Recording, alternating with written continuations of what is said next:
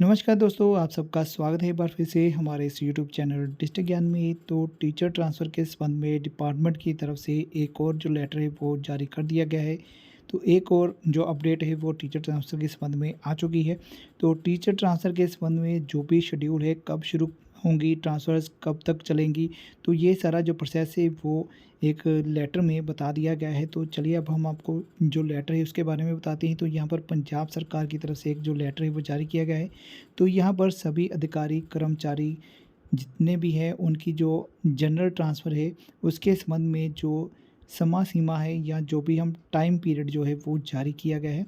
तो यहाँ पर बताया गया है कि जो भी उपरोक्त विषय है ट्रांसफ़र के संबंध में, तो उसके अनुसार जो भी 23/4/2018 को जो भी ट्रांसफ़र पॉलिसी बनी थी, जो इस साल 2023-24 को भी लागू है, तो वही पॉलिसी जो है इस साल भी चलेगी।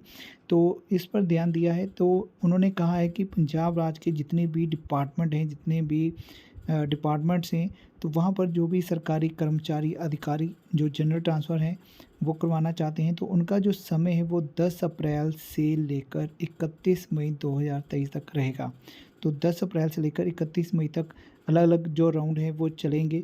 तो जिसके बीच जनरल ट्रांसफ़र्स होंगी, इंट्रा डिस्ट्रिक्ट होगी, इंटर डिस्ट्रिक्ट ट्रांसफ़र होगी, म्यूचुअल ट्रांसफ़र होगी। तो ये 3 होते हैं, अंतर जिला और जिले के बाहर। और उसके बाद जो म्यूचुअल ट्रांसफ़र है, ये 3 जो ट्रांसफ़र है वो मेन होती हैं। तो ये तीनों ट्रांसफ़र का जो प्रोसेस है वो राउंड बाय राउंड चलेगा और ये 31 मई तक चलेगा। 31 मई के बाद कोई भी ट्रांसफ़र नहीं होगी, उस पर संपूर्ण जो है वो रोक होगी। तो जो भी ट्रांसफ़र होगी वो सिर्फ़ प्रमोशन या फिर कंप्लेंट बेसिस पर ही जो ट्रांसफ़र होगी वो करवाई जाएगी। इसके अलावा अगर जो किसी की पर्सनल प्रॉब्लम है और वो सीएम की तरफ से अगर उनकी प्रवानगी मिल जाती है तो ही उनकी जो बदली है वो हो सकती है। इसके अलावा किसी की भी जो ट्रांसफ़र है वो बाद में नहीं होगी 31 मई के बाद। तो जो प्रोसेस है वो मार्च मंथ से शुरू हो चुका है। तो अभी जो प्रोसेस चल रहा है वो डाटा वेरिफ़िकेशन का प्रोसेस चल रहा है। तो डाटा वेरिफ़िकेशन जो है वो अपडेट एक्सटेंड हो गई है, तो उसको अब 11 अप्रैल तक बढ़ा दिया गया है। तो 11 अप्रैल के बाद जो नेक्स्ट प्रोसेस रहेगा वो अब जो भी पोर्टल पर डाटा चेक किया जाएगा, जितने भी टीचर्स ने अप्लाई किया है उनकी तरफ से जो एलिजिबिलिटी बनेगी, जिस टीचर की जहाँ जितने पॉइंट्स बनेंगे उसके अकॉर्डिंग उनका जो लॉगिन होगा वहाँ पर एलिजिबल या नॉट एलिजिबल सेंड कर दिया जाएगा। उसके बाद अगर वो एलिजिबल होंगे तो स्टेशन चॉइस का मौका दिया जाएगा। तो अगर वो नॉट एलिजिबल होंगे तो कोई भी ट्रांसफ़र के लिए वो एलिजिबल नहीं होंगे।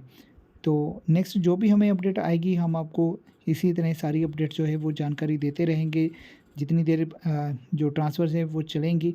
इसके अलावा आपने कैसे अप्लाई करना है, स्टेशन चॉइस कैसे करनी है, कौन सी गलतियाँ नहीं करनी है, क्या-क्या आपने जो ट्रांसफ़र फ़िल करनी है तो उसमें कौन-सी चीज़ें अपने ध्यान में रखनी है, वो भी सारी चीज़ें जब स्टेशन चॉइस आएगा तो वो भी हम आपके साथ शेयर करते रहेंगे।